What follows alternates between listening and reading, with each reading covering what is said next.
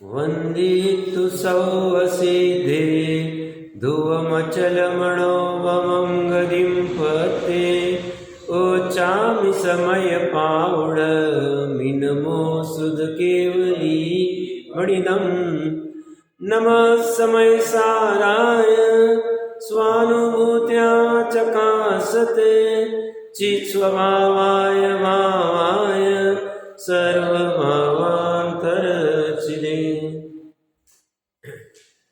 समय साजी ग्रंथाधिराज के सर्वविशुद्ध ज्ञान अधिकार में 320वीं गाथा के जो जयसेन आचार्य देव की टीका है उसकी चर्चा के उपरांत जो विशेष चर्चा है उस पे अपनी विगत 3-4 दिनों से विस्तार से चर्चा चल रही है। इसमें कल की चर्चा का सारांश ये था कि ये जो मोक्ष पर्याय प्रकट हुई है ये भावना रूप है और ये जो भावना रूप है वह भाव से भिन्न है। भाव कौन सा?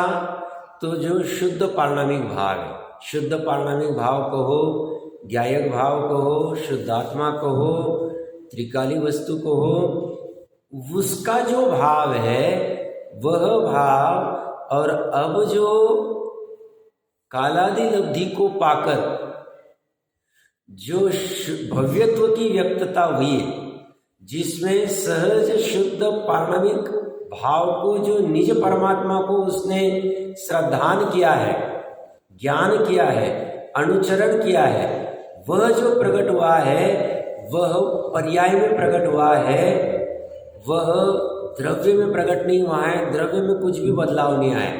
और इसीलिए सारांश रूप में कल की चर्चा का सारांश ये था कि इसलिए कर्ता कौन है मोक्ष का? तो मोक्ष का कर्ता वो 3 भाव है, 3 पर्याय है, वह द्रव्य नहीं, शुद्ध पारणामिक भाव नहीं। अगर वो होने लग जाए तो शुद्ध पारणामिक भाव का भी नाश का प्रसंग आएगा, क्योंकि ये जो शैक्षणिक औपशमिक आदि जो भाव है मोक्ष के पर्याय प्रकट होने के बाद इनका नाश हो जाता है।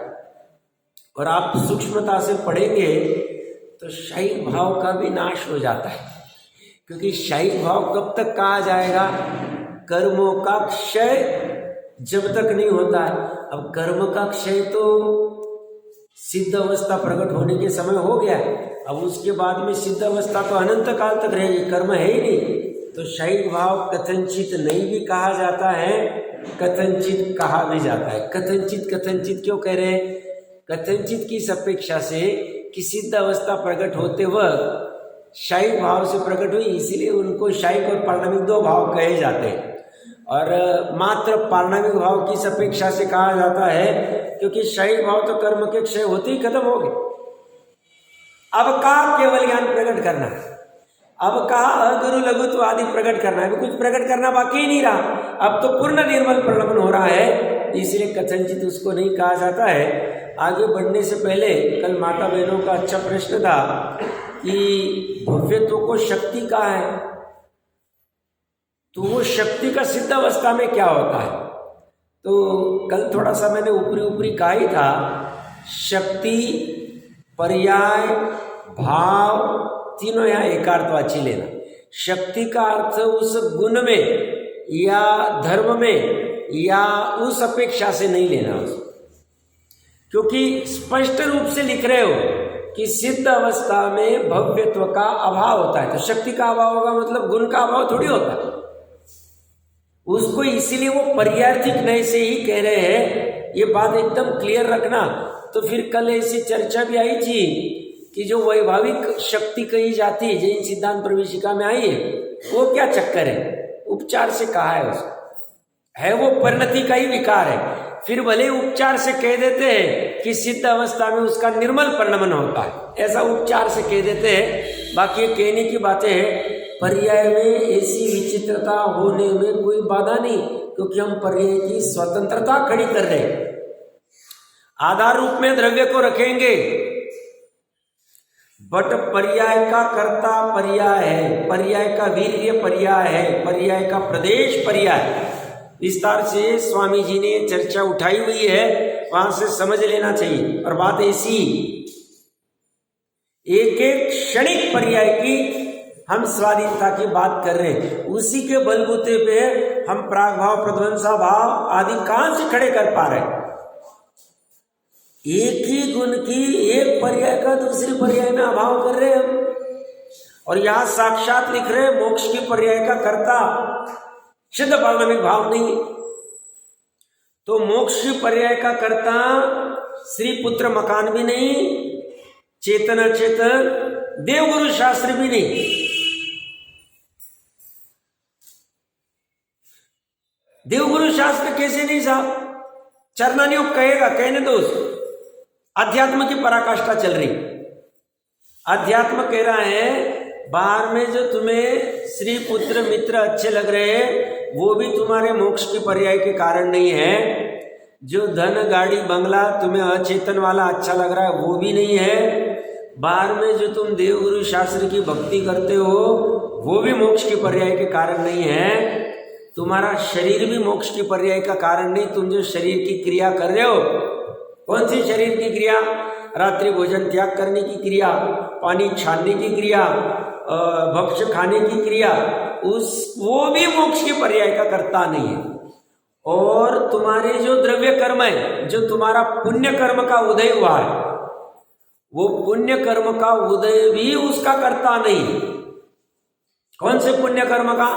कि जिससे तुम्हें ऐसा पुरुषार्थ हुआ, अंतराय कर्म का क्षेपशम हुआ और तुमने मुनिपना अंगीकार करा, शपथ श्रेणी चढ़ी, तो उसमें जो पुण्य कर्म का जो था या कोई कर्म का उपशम शयपशम, ये भी नियम से करता नहीं है। निमित्त कहने में हमें कोई बाधा नहीं। निमित्त क्या करता है? निमित्त उपस्थित रहता है, रहने दो उसको। निमित्त अनुकूलता का आरोप आता है, आने दो उसको, हमें क्या बाधा है? बट निमित्त हमारी मोक्ष की पर्याय में आके कुछ करे, हमें उसमें बाधा है। हमें बाधा मतलब वस्तु स्वरूप को बाधा। क्यों? अगर निमित्त उस उपादान में घुस के वो द्रव्य कर्म कि देखो साहब हमने उपशम कर दिया, क्षयपशम कर दिया और इसकी वजह से तुम केवल ज्ञान प्राप्त कर रहे, तो हम उसके अधीन हो जाएंगे और वो हमारे अंदर घुसेगा तभी हो पाएगा। तो हम तो बदल ही जाएंगे, हमारा अस्तित्व खत्म हो जाएगा, हमें चाहिए नहीं।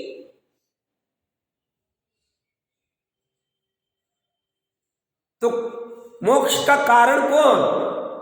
आज तक अनंती जीव मोक्ष गए।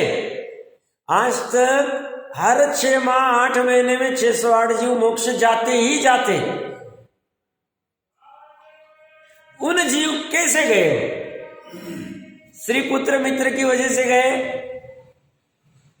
धन की वजह से गए, गाड़ी बंगले की वजह से गए, दुकान की वजह से गए, हीरे माणिक मोती, प्लॉट प्रॉपर्टी। मोक्ष का कारण कौन?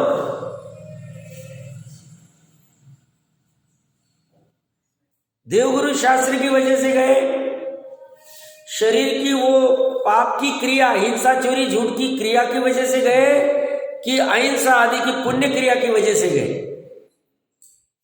शरीर ने क्रिया की ना, पुण्य की, दान की क्रिया की, हाथों से दान दिया उसने, इतने दान किए उसने, आहार दान, अवय दान, औषधि दान आदि जो जो कुछ कर सकता है शरीर से, अवय दान दिया, चीटी के ऊपर पैर नहीं डाला। क्या वो मोक्ष का कारण है?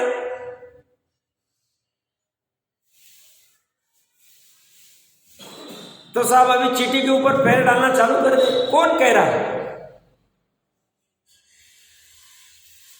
जो नियामक कारण है मोक्ष का उसी से होगा, ये समझाने के लिए कह रहे हैं। तुम्हें पहले तुम चीटी के ऊपर पैर नहीं देते थे, अभी तुम्हें पैर देने को ऐसा कौन कह रहा है? तुम पहले पानी छान के पीते थे, अभी तुम्हें अनछना पानी पीने को कौन कह रहा है? तुमने इसका अर्थ ऐसा क्यों किया? तुमने अपनी बुद्धि को क्यों गहन रख दिया? तुम नीचे क्यों गिरना चाहते हो, ऊपर क्यों चढ़ना नहीं चाहते हो?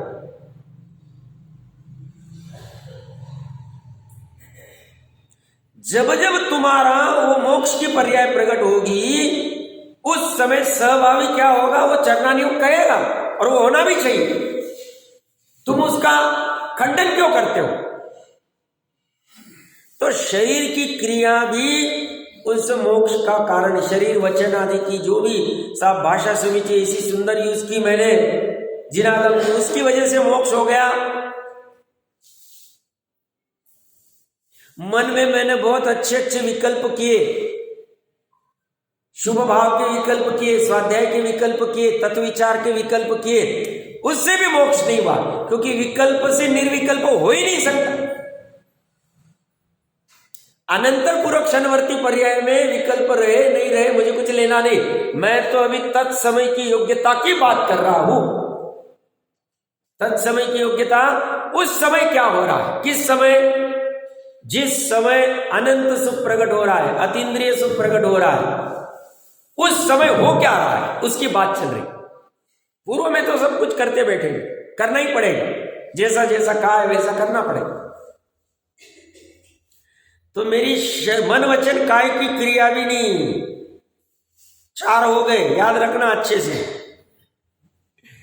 बट भूमिका अनुसार जो करना पड़ेगा वो करना, एकांत मत करना। अध्यात्म की पराकाष्ठा चल रही, बट ये भी समझना जरूरी कि काम इससे होगा, और वो सहचारी वाला उपचार का ये भी समझना जरूरी है। वो साथ साथ चलेगा, बट वो धर्म नहीं है, वो मोक्ष का कारण नहीं है। मोक्ष का कारण एकमात्र इतना ही। रिपीटेशन करूंगा थोड़ा सा, बट जरूरत लग रही इसलिए कर रहा हूं। श्री पुत्र मोक्ष के पर्याय का कारण नहीं, मोक्ष के पर्याय का कारण धन, प्रॉपर्टी, गाड़ी, बंगला कुछ भी नहीं।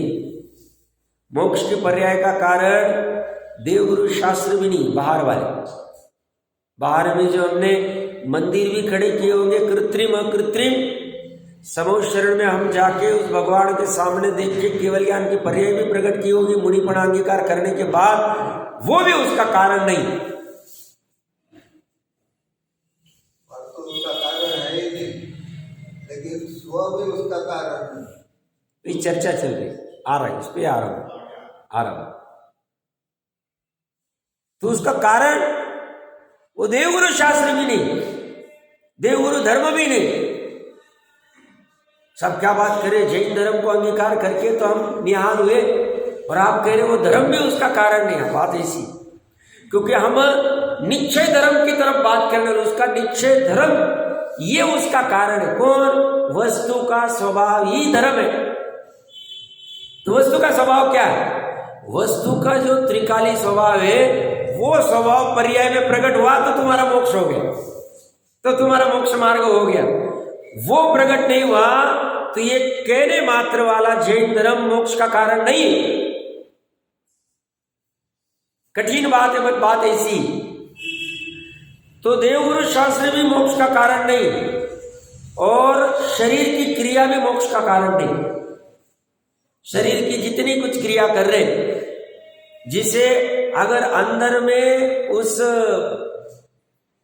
मोक्ष के पर्याय का प्रकटीकरण नहीं है, मोक्ष मार्ग में घमंड नहीं। मोक्ष का अर्थ है या मोक्ष मार्ग और मोक्ष दोनों ले लेना, क्योंकि औपशमिक और शाइपशमिक पर्याय जो है, 3 पर्याय ली इन्होंने मोक्ष का कारण, औपशमिक, शाइपशमिक और शाइप। तो शाइप तो ऊपर होगी, बट औपशमिक शाइपशमिक मोक्ष मार्ग में होगी।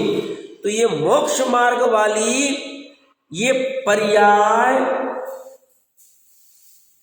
अगर उसका लक्ष्य नहीं है, वो प्रकट नहीं हुई है, तो शरीर मन वचन काय की क्रिया भी क्रियाकांड है। कितनी भी कर लो तुम, कितने भी व्रत, पचकान, शील आदि आदि कुछ भी कर लो, वो भी कारण नहीं है।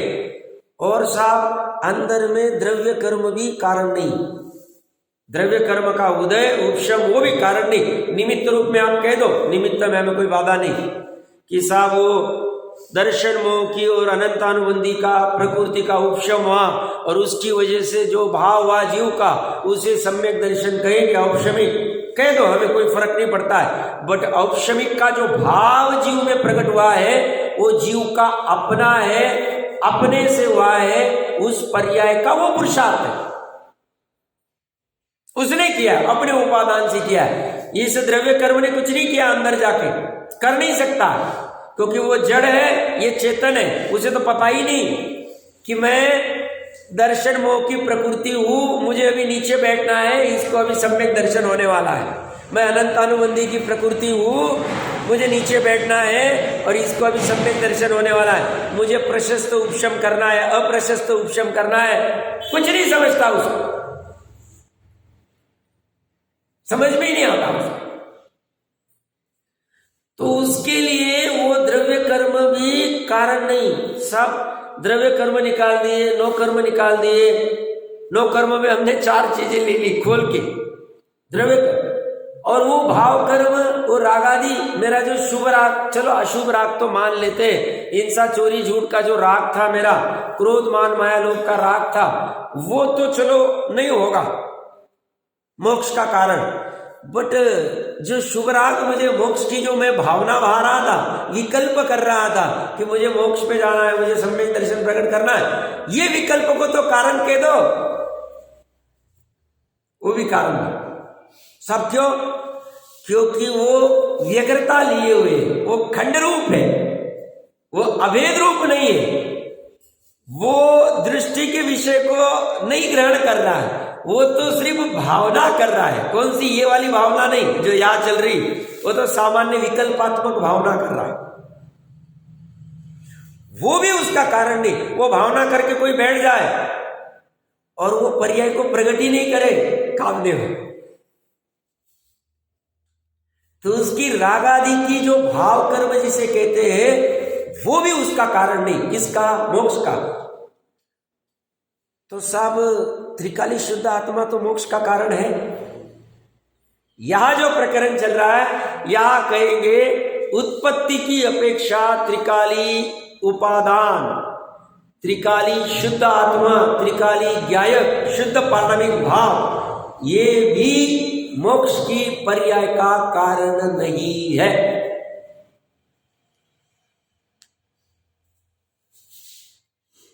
सब इतनी चर्चा चलती, वो चर्चा चलती है आलंबन की अपेक्षा से। वो जो कारण समय सार कहा जाता है, वो किसका लक्ष्य किया, किसका ध्येय किया, उसकी अपेक्षा से वो कहा जाता है। बट प्रगटीकरण का जो होता है, प्रगटीकरण जिस पर्याय में हुआ है, सम्यक दर्शन सम्यक ज्ञान आदि की पर्याय में, वो पर्याय का प्रगटीकरण इस त्रिकाली द्रव्य से भी नहीं हुआ, उसने भी कुछ नहीं किया।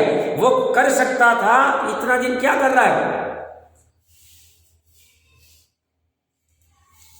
हम इतने परेशान हो रहे हैं पर्याय में, इतनी आकुलता हो रही, इतना दुख हो रहा है, इतनी तड़पन चल रही है, इतनी इच्छाओं का भड़ीमार चल रहा है, समझ में कुछ नहीं आ रहा है। वो कर क्या रहा है? उसने कुछ करना चाहिए ना, वो करता ही नहीं। नीचे आधार देंगे, वो निष्क्रिय है, कथनचित अपरिणामी है। पर्याय को सुखी होना है तो स्वयं होना पड़ेगा, स्वयं ऐसा उत्पन्न होना पड़ेगा जो शुद्ध पारमार्थिक भाव को ग्रहण करके उत्पन्न होवे, तभी होगा काम, और होगा नहीं काम। अब ये वाला जो मोक्ष, ये वाला जो मोक्ष मार्ग है, ये प्रकट हो गया तो मोक्ष मार्ग चालू हो गया, तो धर्म चालू हो गया। और ये प्रकट नहीं हुआ, धर्म चालू ही नहीं हुआ। तो साहब ये इतनी मेहनत करके हम पानी छानते, इतनी मेहनत करके 3 दिन 5 दिन 7 दिन के आटे मसाले इसमें उसमें, ये सब क्या है? ये तुम्हारी भूमिका तैयार कर रहे हैं, ये तुम्हारे उपयोग को मर्यादा में ला रहे हैं, अनर्गल प्रवृत्ति को तोड़ रहे हैं, तुम्हारी जमीन को भिगा रहे हैं। सब कौन सी जमीन की भिगा रहे? पर्याय तो पूर्व की। भैया तुम्हारी उतनी भावना को दृढ़ कर रहे हो,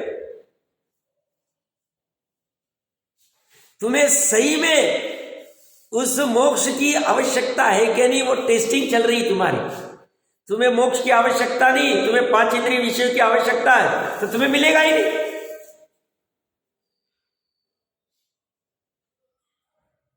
वो तुम्हारी टेस्टिंग चल रही है, तुम्हें कितनी धगज है उस मोक्ष की पर्याय की, कितनी तीव्रता है तुम्हारे उस मोक्ष की पर्याय के प्रकटीकरण के संदर्भ में, उसको दिखाती हो। तुम अगर निरर्गल प्रवृत्ति करना चाहते हो, इसका अर्थ तुमने इसकी महिमा ही नहीं समझी, इस मोक्ष पर्याय की, और इस मोक्ष पर्याय की इंपॉर्टेंस ही समझा नहीं। तुमने जिनवाणी का उपदेश ही समझा नहीं बराबर से, और वो समझा नहीं तो तुमने आगम का अवर्णवाद कर दिया, दर्शन मोह कर्म का आश्रम कर दिया। तुम अपने नहीं उसका कुछ जरूरत नहीं है, इसका कुछ नहीं, तुमने एकांत कर दिया, तुमने स्यादवाद को समझा नहीं, तुमने व्यवहार निश्चय का समन्वय नहीं किया। समन्वय करना चाहिए ना, कौन करेगा? ज्ञान करेगा। ज्ञान को क्या काम है? जानना उसका काम है, जैसा वस्तु स्वरूप वैसा जानना पड़ेगा उसको।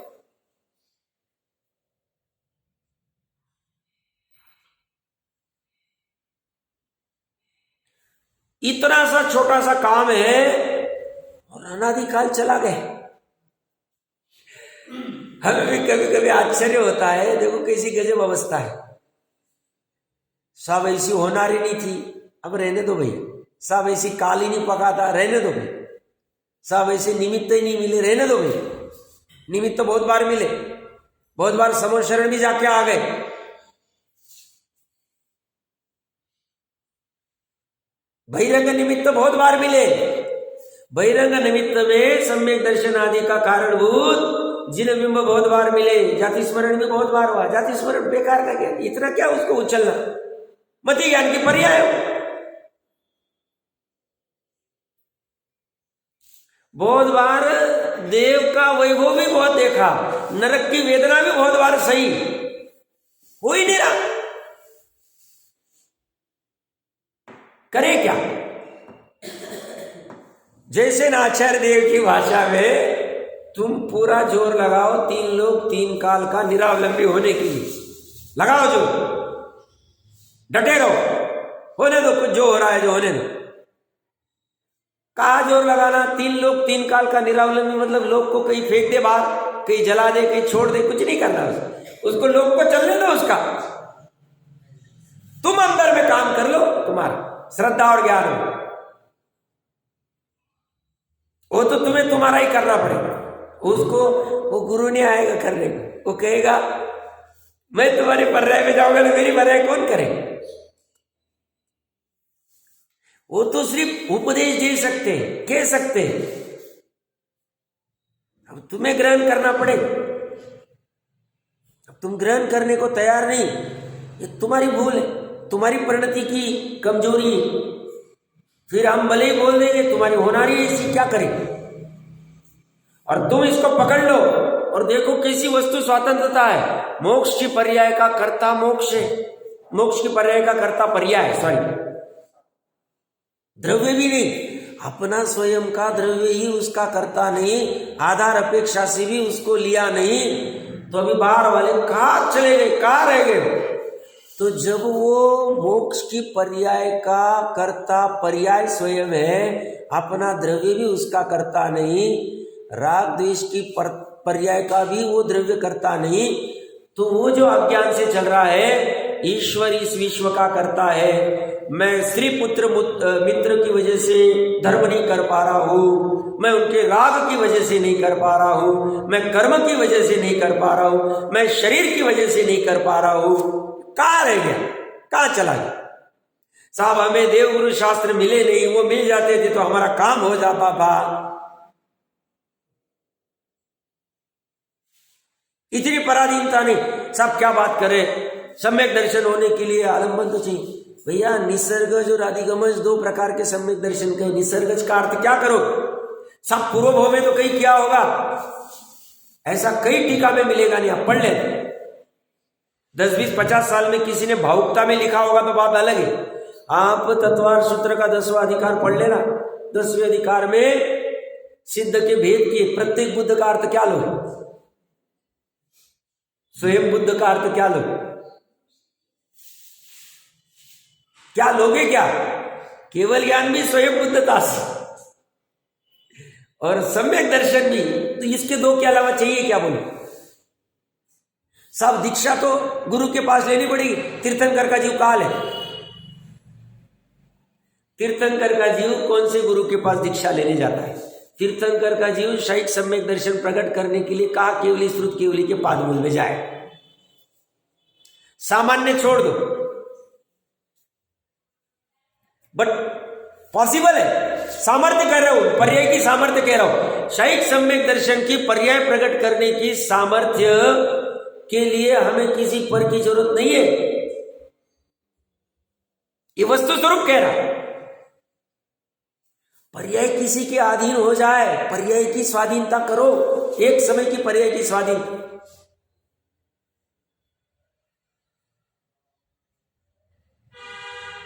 शायद सम्यक दर्शन क्यों? कृष्ण अभी वहां से निकलेगा तीसरी नरक से, शायद सम्यक दृष्टि हो। शायद रहता तो पहली नरक के ऊपर जाता नहीं था, तीसरी नरक में चला गया। वहां से निकल के जब वो तीर्थंकर के भव में आएगा, शायद सम्यक दर्शन कौन से केवली को ढूंढेगा, कौन से श्रुत केवली को ढूंढेगा? शायद समित से शायद करेगा कैसे? स्वयं से। दीक्षा लेने के लिए किसको ढूंढेगा, कौन से गुरु को ढूंढेगा? स्वाधीनता की बात चल रही है, बट इसमें स्वच्छंद नहीं होना, अपेक्षा समझना, गंभीरता समझना, उस पर्याय की सामर्थ्य समझना और अपने अंदर महिमा आने देना।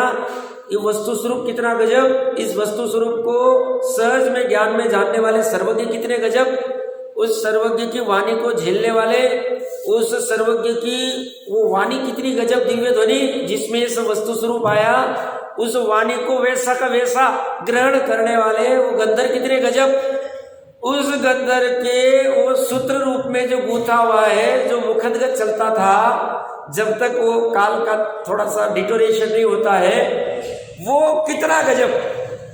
और वो आने के बाद में वो आचार्य देव कितने गजब, जिनको लगा कि अरे ये सब लिख दूं। 1000 वर्ष तक महावीर भगवान के निर्वाण के बाद में 1500 वर्ष बाद हुए जैसे ना आचार्य देव वस्तु स्वरूप को कह रहे, पर्याय को कर्ता कह रहे, मोक्ष की पर्याय का कर्ता पर्याय, वो पर्याय सम्यक दर्शन आदि, वो पारणामिक भाव नहीं, वो औपदिक भाव। औपदिक में भी औदैक नहीं, औपशमिक, साहित्यमिक और साहित्य को कह,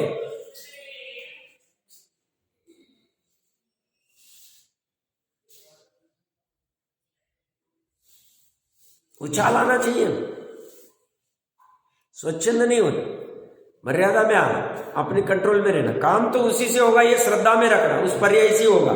वो पर्याय जब स्वकाल में होगी होगी, बट मेरी भावना बन गई है अभी उस पर्याय को प्रकट करने की, हो जाएगी वो। ये तो अपना काम चलना चाहिए, पर बाहर में निरंतर उद्योग नहीं करना और ज्यादा ग्रंथ को बराबर बिना ग्रहण किए 1.5 होशियारी नहीं चलानी बाहर। और बाहर में ये सब नया कांड नहीं करना, कुछ नहीं किया तो चलेगा, कुछ नहीं, उसका कुछ सदाचार का कुछ लेना देना नहीं, न्याय नीति बख्श का कुछ नहीं है, वो तो सम्यक दर्शन होने के बाद देख लेंगे। ये कहा करेगा वो कहा करेगा, ये ज्यादा उसमें मिथ्या तो नहीं करा करना। हम अगर चीटी को देखते चलेंगे तो मिथ्या तो हो जाएगा, फिर तत्व ज्ञान पहले करना चाहिए, ये सब होशियारी नहीं कर। जब हम स्वाध्याय कर पा रहे तब चीटी को मारने का क्या सवाल आ रहा है? जब हम सामयिक और ध्यान में तब चीटी को मारने का क्या सवाल आ रहा है? जब सामयिक ध्यान भी नहीं कर पा रहे, स्वाध्याय भी नहीं कर पा रहे, जब गमन करने का अपना भाव आया, तुम्हें चीटी देखने में क्या प्रॉब्लम? जब तुम भोजन नहीं कर रहे हो तो तुम्हें भक्षा भक्ष का देखने का क्या भाव आएगा? जब तुम्हें भोजन करना है तो तुम्हें देखना पड़ेगा। बाहुबली की जैसी ताकत है तो बिना भोजन के रहो, फिर तुमको कौन कहेगा एकता समिति पालने को? कौन कहेगा प्रासुक है कि नहीं देखने को? कौन कहेगा 32 अंतरा है कि नहीं वो सब देखने को? बट तुम्हारी ताकत नहीं है। और जब तुम्हें भाव आ गया है कि मुझे भोजन को भी निकलना है, तो तुम्हें ये भगवान की जैसी आज्ञा है वैसा ही करना पड़ेगा। नहीं करोगे तो दर्शन मोह कर्म का आश्रय करोगे। श्रद्धा में तो ये रखो,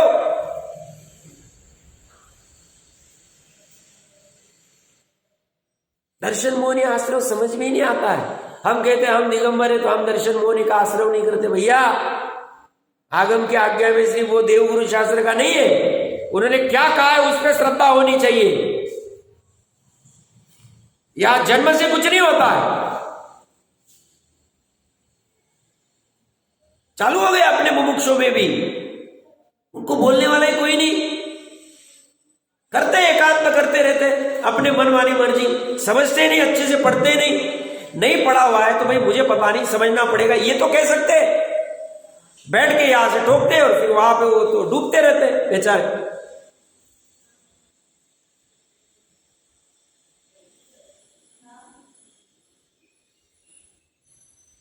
बहुत गंभीरता है, ये जिन शासन ऐसा ऊपरी टूपरी नहीं है। यहां पे पर्याय को स्वतंत्रता दी है तो उस पर्याय की सामर्थ्य को दी है, उसकी शक्ति देखो, उसको कहा तुमने मोक्ष को पर्याय को प्रकट किया। तो अपने प्रकरण का सारांश करता हूं और फिर एक बार वापस पढ़ते क्या कह रहे, भ्रम अभी निकाल देना, जितने कुछ भ्रम है, स्त्री पुत्र की वजह से मैं मोक्ष नहीं कर पा रहा हूं या कर पा रहा हूं, वो कोई करता धरता है नहीं। धन आदि होंगे तो मैं मोक्ष की पर्याय प्रकट कर पाऊंगा, धन नहीं है इसलिए मैं मोक्ष की पर्याय प्रकट नहीं कर पा रहा हूं, मेरे पास प्लॉट नहीं, प्रॉपर्टी नहीं, ये नहीं, इसकी वजह से, ऐसा कोई कारण नहीं उसका। देवगुरु शास्त्र की देखो साहब, मैं 4-4, 6-6 घंटे बैठ के यहाँ करता हूं, इसकी वजह से मेरा प्रकट हो जाएगा, ऐसा कुछ नहीं है। तो यहाँ बैठना कि नहीं बैठना, अरे अच्छा है ना भैया, वहां पाप से बैठने से अच्छा इधर ही बैठना, बट भ्रम नहीं रखना कि इससे हो जाएगा। भ्रम रखना तो गड़बड़ वाला काम है। तो क्या रखना मान्यता में, मान्यता में तो वो कह रहे हैं पर्याय से ही होगा, वो कर। कुदेव कुगुरु की वजह से मेरा नहीं हो पा रहा है, कुधर्म की वजह से मेरा नहीं हो पा रहा है, दोनों कारण नहीं है, निश्चय कारण नहीं। व्यवहार से तो कहने में कुछ भी आ सकता है, व्यवहार तो किसी को किसी में मिला के कहता ही। शरीर की क्रिया, मन वचन काय की क्रिया भी मोक्ष का कारण नहीं, द्रव्य कर्म भी मोक्ष का कारण नहीं। 8 कर्म की 148 प्रकृतियां, हम ऐसे करेंगे, ऐसे कर्म बन जाएंगे तो हमारा ये हो जाएगा। हम महाविद्य क्षेत्र में चले जाएंगे, समूह शरण में चले जाएंगे तो हमें केवल ज्ञान हो जाएगा। हम स्वामी जी के साथ चले जाएंगे तो ऐसा हो जाएगा। भ्रम मत पालो, पर्याय की स्वतंत्रता की बात करें और फिर भावुक हो रहे।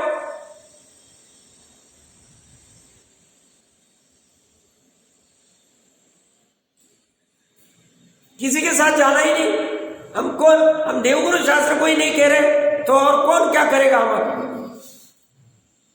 नहीं, हम देवगति चले जाएंगे, देवगति से फिर समूह शरण चले जाएंगे, नंदीश्वर चले जाएंगे, ऐसे ना चाहिए, ऐसे क्या क्या जरूरत क्या है, काय को जरूरत क्या है, तत्व ज्ञान करो ना, ये सब विकल्प करने की क्या जरूरत है।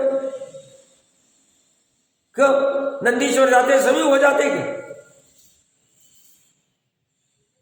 ठीक है, प्रारंभिक भूमिका में उसकी अपनी अपनी उपयोगिता इसलिए खड़ा किया है, करो, हम उसी में अटक के मत रह जाओ। तो द्रव्य कर्म, ऐसे पुण्य करूंगा तो ऐसे कर्म होंगे, और ऐसे कर्म होंगे तो उससे मोक्ष हो जाएगा।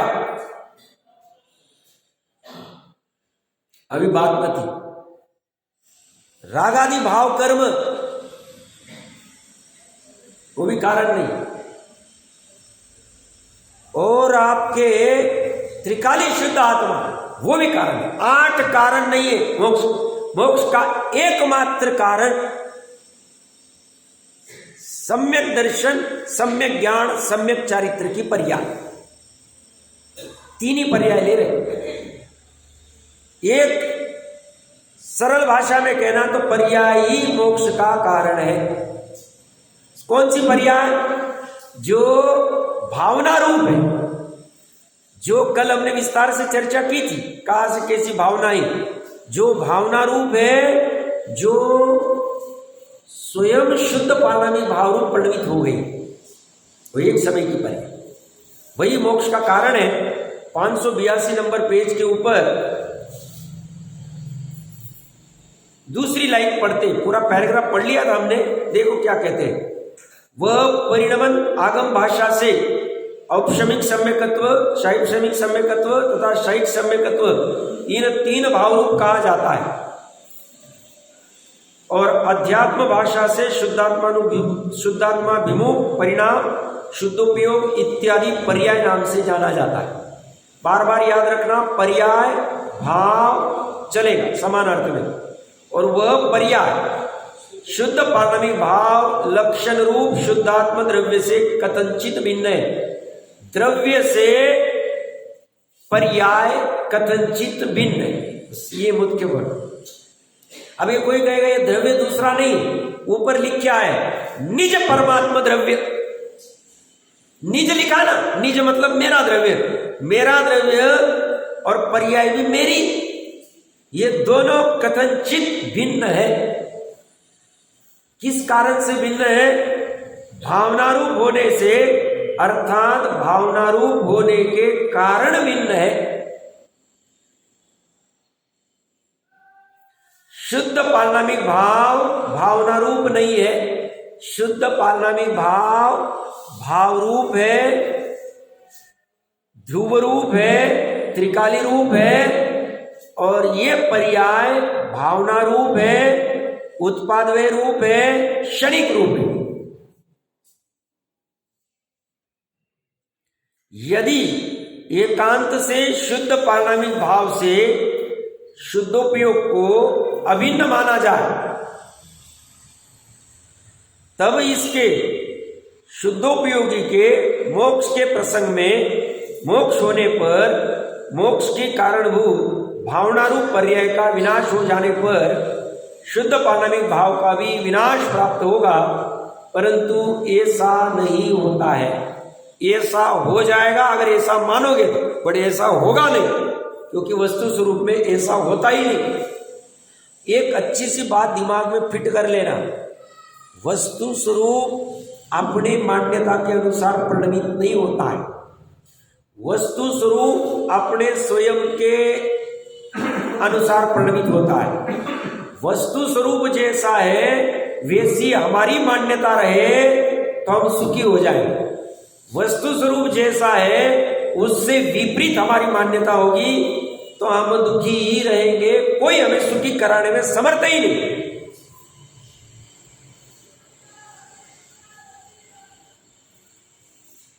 हमारा एम जीवन का ये सब देवगति और ये सब नहीं होना चाहिए। हमारा एम होना चाहिए वस्तु स्वरूप को मुझे जानना है, जैसा है वैसा जानना है, ये होना चाहिए। और फिर प्रयोजन परक जानना है। प्रयोजन परक मतलब जिससे सुखी होंगे उसको अपने में ले लेंगे, जिससे सुखी नहीं होंगे उसको बाहर निकाल देंगे। कहां से बाहर निकालेंगे साहब? आप 3 लोक से बाहर निकालोगे, श्रद्धा से बाहर निकाल, ज्ञान से बाहर निकाल। ज्ञान से बाहर निकाल सकते हैं क्या साहब? वो झलकेगा, झलकेगा, पर अपने तो रूप से नहीं झलकेगा। झलकने में क्या बात है? झलकने दो, और नोटों के बंडल झलकने दो हमारे ज्ञान में, कि पड़े हमारे तिजोरी में, झलकने दो। हम उसको अपना ऐसा जानेंगे तो हम अज्ञानी हो जाएंगे।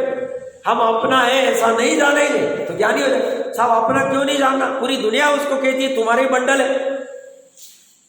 अरे पूरी दुनिया कुछ भी कहे भैया, वो साक्षात तेरे से भिन्न है, रसगंध वर्ण वाले है।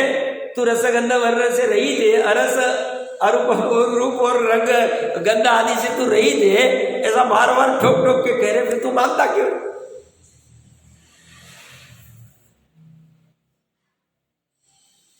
तो सब नोटों के बंडल रखे कि नहीं रखे, ये चर्चा कहाँ चल रही भैया? वो तू तेरा देख, तेरे रख रहा है नहीं रख रहा है, जमा कर रहा है, तेरे पुण्य की उदय से आएगा नहीं आएगा, तेरा तेरा देख। उसको जानना कि नहीं जानना अपनत्व रूप से, इसका प्रश्न चल रहा है। उसको झलकने में क्या बात है? झलकने दो, पड़े बंडल तो ज्ञान में झलक रहा है, झलकने दो। ऐसा सब में लगा लेना।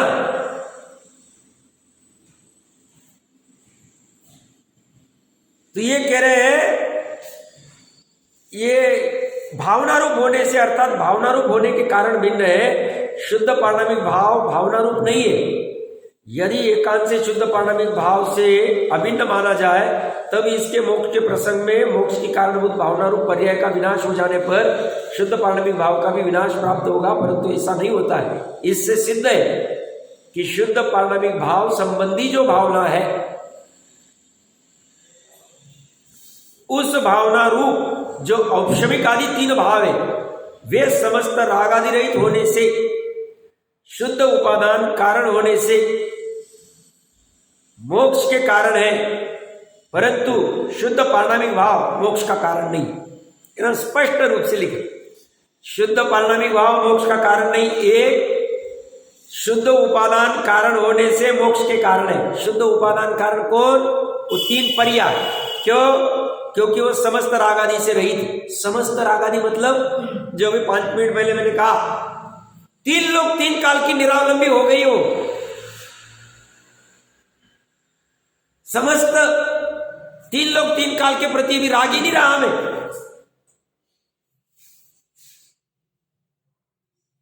अनंतानुबंधी वाला राग नहीं रहा। अब प्रत्याख्यान वाला छोड़ो, भूमिका अनुसार क्या बनता, ऐसा समस्त रागादि रहित होने से। शुद्ध उपादान कारण मतलब शुद्ध क्षणिक उपादान, शुद्ध तत्समय की योग्यता वाला क्षणिक उपादान। और ये पर्याय में हुआ है, ये वचन में नहीं हुआ है। वचन में कोई बोलने लग जाए उससे उसके मोक्ष की पर्याय नहीं होगी, क्योंकि आप बोले भी बनते नहीं, करे भी बनते। करे भी बनते मतलब कार्य कर्म, कर्म कहाँ होगा? पर्याय के षटकारक में होगा। इसलिए षटकारक में, निश्चय षटकारक में पर्याय को ही कर्ता कर्म करण कहा जाता है, द्रव्य को नहीं कहा जाता। द्रव्य कर्ता क्या है? द्रव्य तो स्टैटिक है।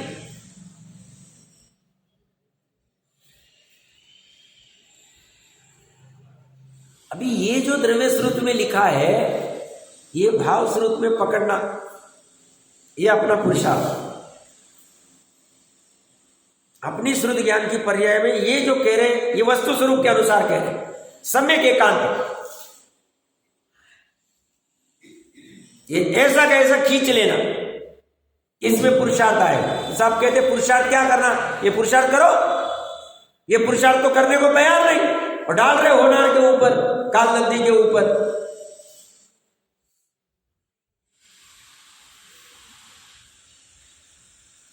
ये पुरुषार्थ आएगा कि नहीं आएगा? क्यों?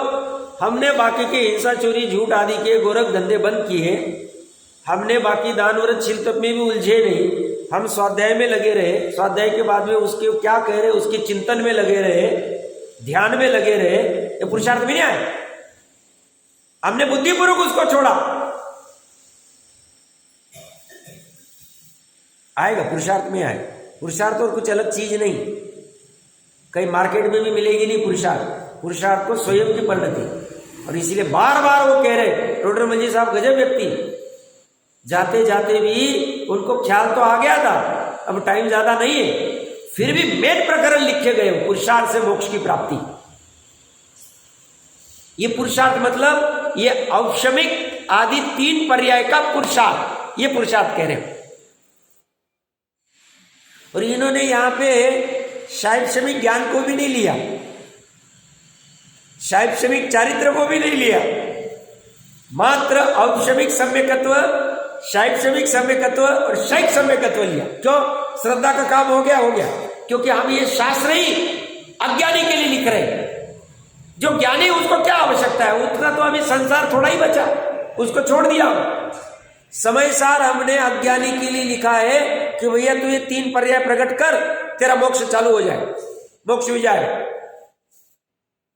अब जिसकी मोक्ष की पर्याय प्रकट हो गई, उसको क्या समझाना, उसको क्या कहना, भैया तुम केवल ज्ञान के लिए प्रयास करो, भैया तुम मुनि बनो। उसको पता ही है। क्यों? भरत जी को पता नहीं था। तो फिर साहब उन्होंने कपड़े उतार के दीक्षा पहले क्यों नहीं ले ली?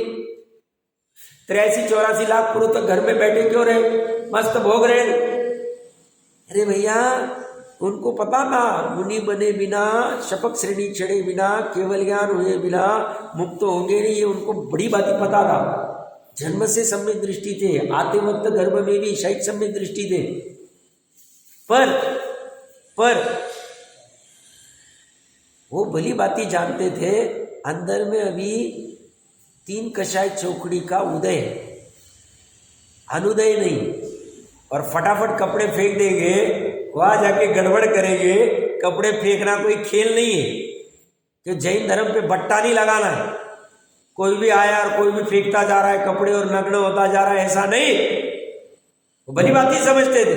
ऐसा नहीं कि हमने ब्राह्मण वर्ण का तैयारी की हम कुछ भी कर सकते हैं, वो अलग बात हो गई। वो तो बाद में उनको ख्याल में भी आ गया भैया गड़बड़ कर दी, बट अभी होना नहीं ऐसी थी, जाने दे, अभी तेरे निमित्त से होना था हो गया। बट यहां जल्दबाजी नहीं करेंगे।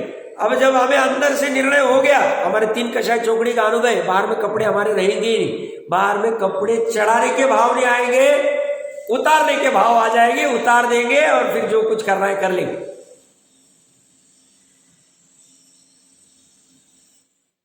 वहां जल्दबाजी नहीं, वहां तो स्वकाल में हो। हाँ, इसके लिए जल्दबाजी कहा जाएगा क्योंकि अभी दुख सहन नहीं होता, तड़प तड़प कर परवश होकर दुख सहन नहीं होता है, तो एक बार के लिए ये औषमिक आदि प्रकट करना जरूरी, ये बात कह रहे।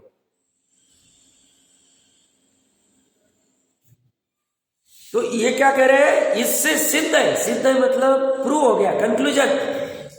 जैसे मैं बहुत बार कहता हूं ना, बच्चों का वो साइंस आदि में प्रयोगशाला में होता है कि तुमको टॉप में दिया जाता है, तुम्हें ये सिद्ध करना है, फिर वो पूरा थीसिस वीसिस लिखते, जो भी उनका एनालिसिस होगा, इसमें ये मिक्स किया वो मिक्स किया, और फिर हेंस नीचे लिखते प्रूव। क्या प्रूव हो गया कि ये ऐसा ऑक्सीजन हाइड्रोजन के 2 और ऑक्सीजन का 1 लेंगे तो पानी बन जाता है, जो भी कुछ उसको प्रूव करना, ये सिद्ध कर रहे। क्या सिद्ध कर रहे कि शुद्ध पारमाणिक भाव संबंधी जो भावना है, उस भावना रूप जो औपशमिक आदि 3 भाव है, ये भावना किसके प्रति है, शुद्ध पारमाणिक भाव के संदर्भ में, और किसी के संदर्भ में नहीं साहब आप अच्छे से पढ़ो, यहां पे ऐसा तो नहीं लिखा है माता के संबंधी जो भाव है, पिता के संबंधी जो भाव है, मित्र के संबंधी जो भाव है, धन के संबंधी जो भाव है, शरीर के संबंधी जो भाव है, लौकिक डिग्रियों के संबंधी जो भाव है,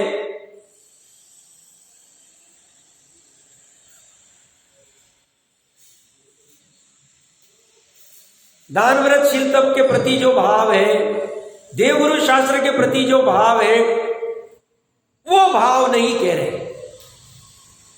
एकमात्र शुद्ध पारमाणिक भाव संबंधी जो भावना है,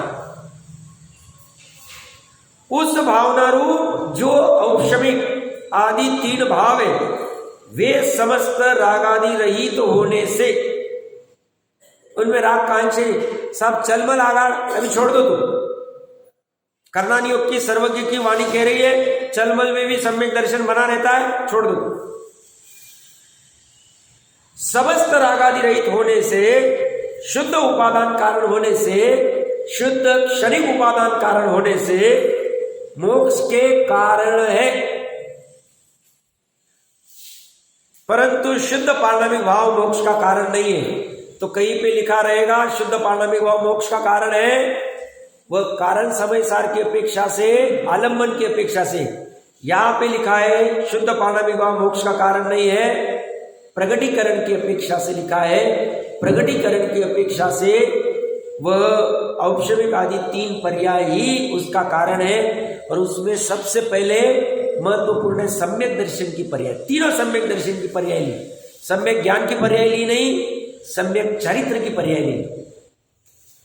सब आप कैसे कह सकते हैं, औपशमिक आदि लिखा है, आदि के बाद 3 लिखा है, और वो 3 का ऊपर उन्होंने खोला है दूसरी लाइन में, औपशमिक सम्यकत्व, शैविषय सम्यकत्व और शैक सम्यकत्व, क्योंकि वो सम्यक दर्शन आ जाएगा तो ज्ञान सम्यक हो जाएगा, ज्ञान सम्यक होगा चारित्र भी सम्यक रहेगा। तो ये बाकी तीनों होने वाले हैं, इसी विस्तार से बहुत अच्छी चर्चा है।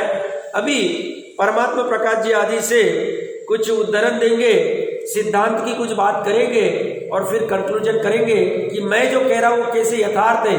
बहुत गजब की बात लिखी है, आप समझ लो ये जो पूरी चर्चा चली है 320वीं गाथा में, ये विशेष वाली, ये पूरी 320 गाथा का सार समझ सकते हैं आप। बस अभी आपको समझ के कार्य करना है, और भी विशेष चर्चा करते हैं।